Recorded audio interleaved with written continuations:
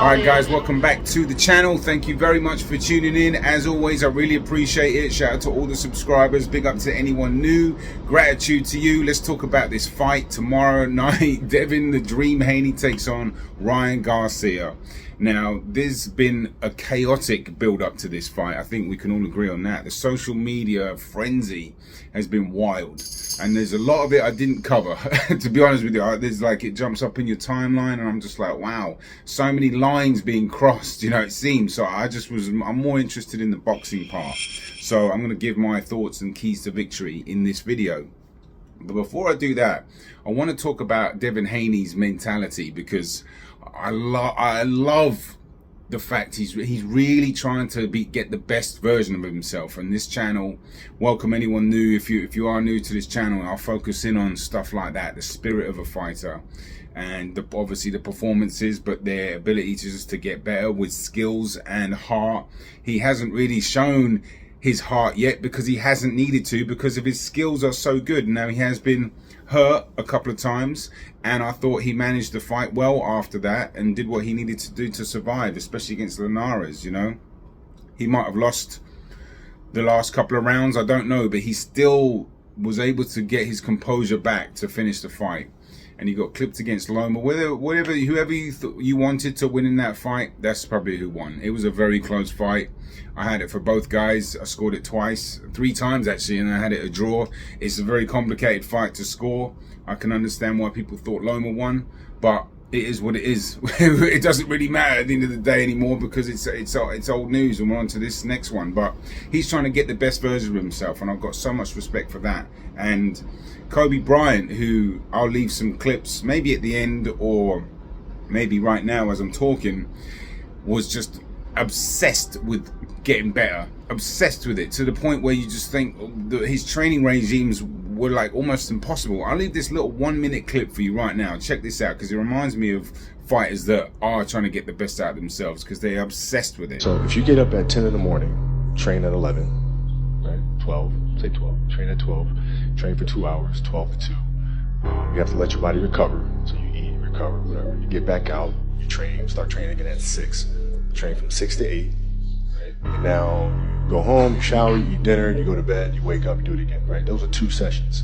Right? Now imagine you wake up at 3, you train at 4 to 6, come home, breakfast, relax, blah, blah, blah. Now you're back at it again, 9 to 11, right? Relax, and now all of a sudden you're back at it again, 2 to 4, and now you're back at it again, 7 to 9. Look how much more training I have done by simply starting at 4.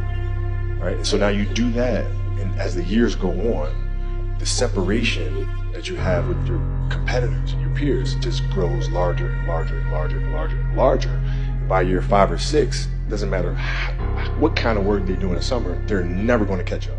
So yeah, that's where I'm going with it. That's what I think. I think fighters like Bud Crawford, Devin Haney, Tim Tszyu, Jaya Batara, just made a video about him yesterday or earlier today actually. And I just see that just one-way ticket to greatness. That's what they're trying to do. And Devin Haney spoke about that, and I really believe him. Do you know what I mean? I really do. They're going to say what they're going to say. They're going to do, and it is what it is. I'm going to be the best Devin Haney that I can possibly be.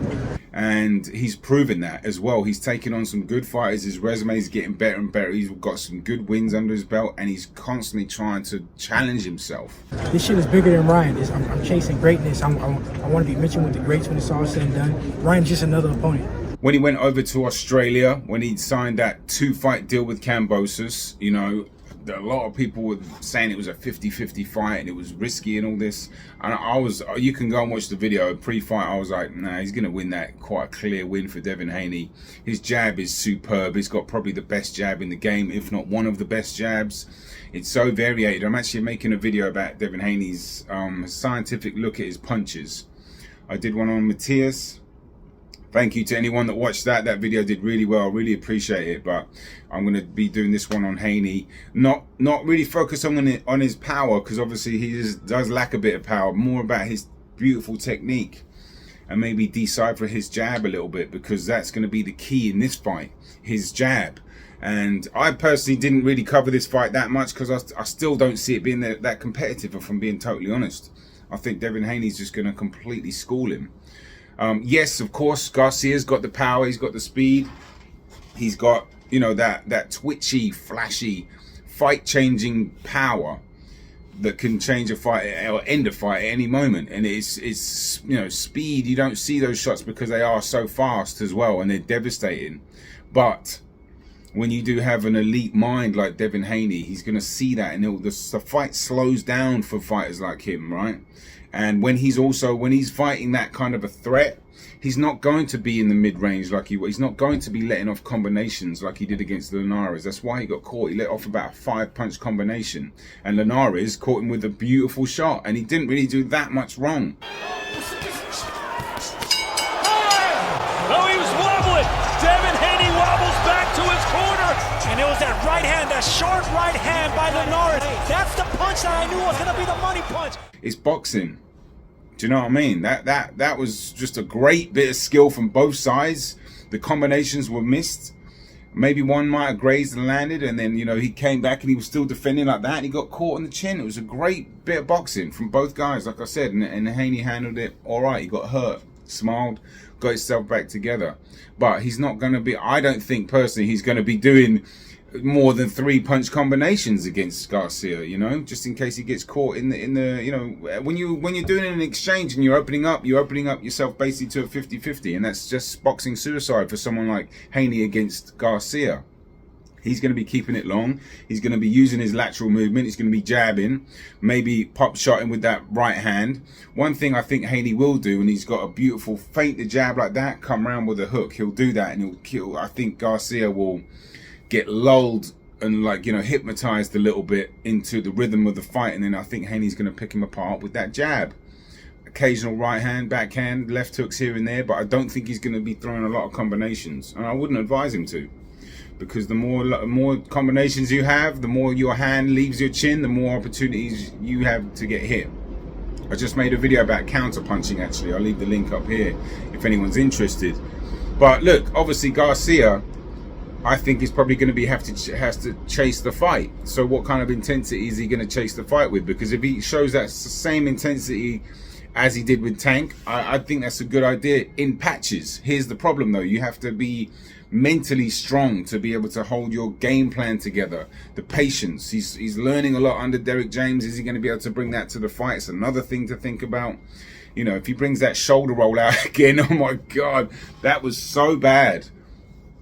You know, I like he just seems to be getting caught in styles. He looked quite good on the pads, but doing that under the lights consistently when you are probably going to be losing the early rounds, and Devin Haney's going to be sharper, and you know your patience might be running out because he does want to land those bombs, and sometimes his face just looks like he's trying to land that one shot, and that's easier for a boxer like Devin Haney to read.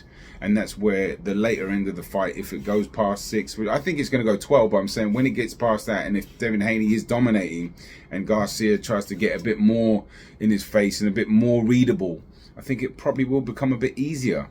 But again, I think Garcia's willing to sell out. I think he is. I think if he fights, like I said, that intensity where he was walking Tank down, he doesn't quite have that threat. Well, he doesn't have that threat of getting nailed in the face by a mean shot that Tank caught him with. And dropped him. You know, we'll see how Haney's, you know, like people talk about his punching power and can he stop Ryan. I don't think he's going to try to. He's too smart. You know what I mean? When they went into the Kambosos thing, I know Kambosos isn't a power puncher, but they just did everything they needed to do just to be cautious and get the win and move on and do it again. You know, I think that's what they're going to do here. They understand the threat. They know there's power. They know there's speed. You know, neutralize that left hook. He's got an all right hand as well, Garcia. Sneaky straight right hand. He throws a lot of shots with power. I just don't think he knows how to set them up as well. You know, against a high level fighter, you have to be a bit more creative. You have to maybe throw some feints in there. His footwork's not anywhere near as good as Haney's, and it's a little bit suspect sometimes. And, you know, like I said, the creativity is it's, you know, he does have creativity on the fly, instinctual creativity, absolutely. But when you have to hunt a fighter down, and he's got a great jab, and Haney's got the feints, he's got the clinches, it's going to be hard for him. It's going to be a long night for Garcia. Do you know what I mean? Let me know your thoughts on the fight. Do you, there's a lot of people, are people sleeping on Garcia? Someone in the comments earlier from our Battaya video, shout out to you, said that, people are sleeping on Garcia. I mean, he doesn't sound mentally like you should want that kind of mentality going into a fight. A lot of it is theatrical drama. I don't even know what to, not what to believe. I just haven't followed that drama. So I don't know if it's just an act. I've long said Ryan Garcia reminds me of a Hollywood actor. Is he playing his best performance right now? Is he doing an Oscar-winning role where he's fooling all of us and he's actually going to be sharp as anything and come in and box, a great fight? We'll see. Boxing's boxing, isn't it? Anything can happen. The theatre of the unexpected, as they say. But he does have that bazooka, right? But before he had a bazooka and he could aim it at an island, right? His opponents were basically a big island. Now Devin Haney, it's like getting that bazooka and aiming it at a little bird and saying, okay, hit the bird with a bazooka. It's not going to happen. You can hit an island with it, but you're not going to be able to land it. I don't think. He might, but I don't think. My money's on Devin Haney. Unanimous decision, clear win. As I've basically picked Haney for all of his fights outside the Loma fight, clear wins, UDs, and he's just going from strength to strength. He's a tremendous fighter. He might be one of the most hated fighters in the sport, and I don't really like get into all that much. He doesn't bother me that much because I respect his grind. Do you know what I mean? Yeah, I like other fighters. Like it's not like I think Haney's got a bit of a persona going on as well. I think he's playing a bit of the villain. And look, it's getting him views at the end of the day.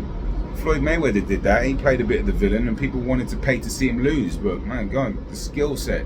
Well, I just watched the skill set. I was just in awe. And I'm just like the same with Haney a little bit, just for his mentality. Now, I have been watching a bit more of Subriel Matias's clinch game, right? And I've long thought Haney might have a chance against, or has the better chance against Matias. But after watching more footage on Matias's clinches, I don't think so. I don't think so. I'm going to do a video later on, straight after this one, about Eddie Hearn and Subriel Matias, and I'll talk a little bit about it then. But I'll do a video on Matias's clinch game and how it could be problematic for Haney. But outside of that, I hope you guys have a lovely weekend. It's the weigh-in today. I've got to go to work tonight, but I hope you guys enjoy the fight tomorrow. I will do a post-fight video on Sunday. That's it from me. Peace and love, man. Have a good one. They're going to say what they're going to say. They're going to do, and it is what it is. I'm going to be the best Devin Haney that I can possibly be. This shit is bigger than Ryan. I'm chasing greatness. I want to be mentioned with the greats when it's all said and done. Ryan's just another opponent.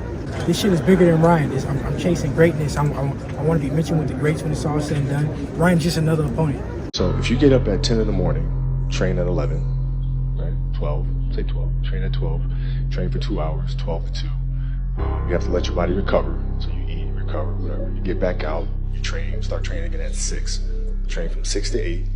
Right? And now you go home, you shower, you eat dinner, you go to bed, you wake up, you do it again, right? Those are 2 sessions. Right? Now imagine you wake up at 3, you train at 4 to 6, come home, breakfast, relax, blah, blah, blah. Now you're back at it again, 9 to 11, right? Relax, and now all of a sudden you're back at it again, 2 to 4, and now you're back at it again, 7 to 9. Look how much more training I have done by simply starting at 4.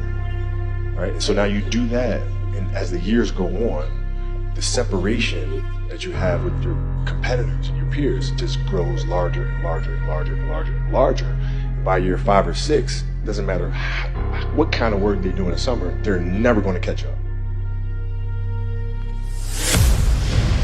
Boxing. Knowledge.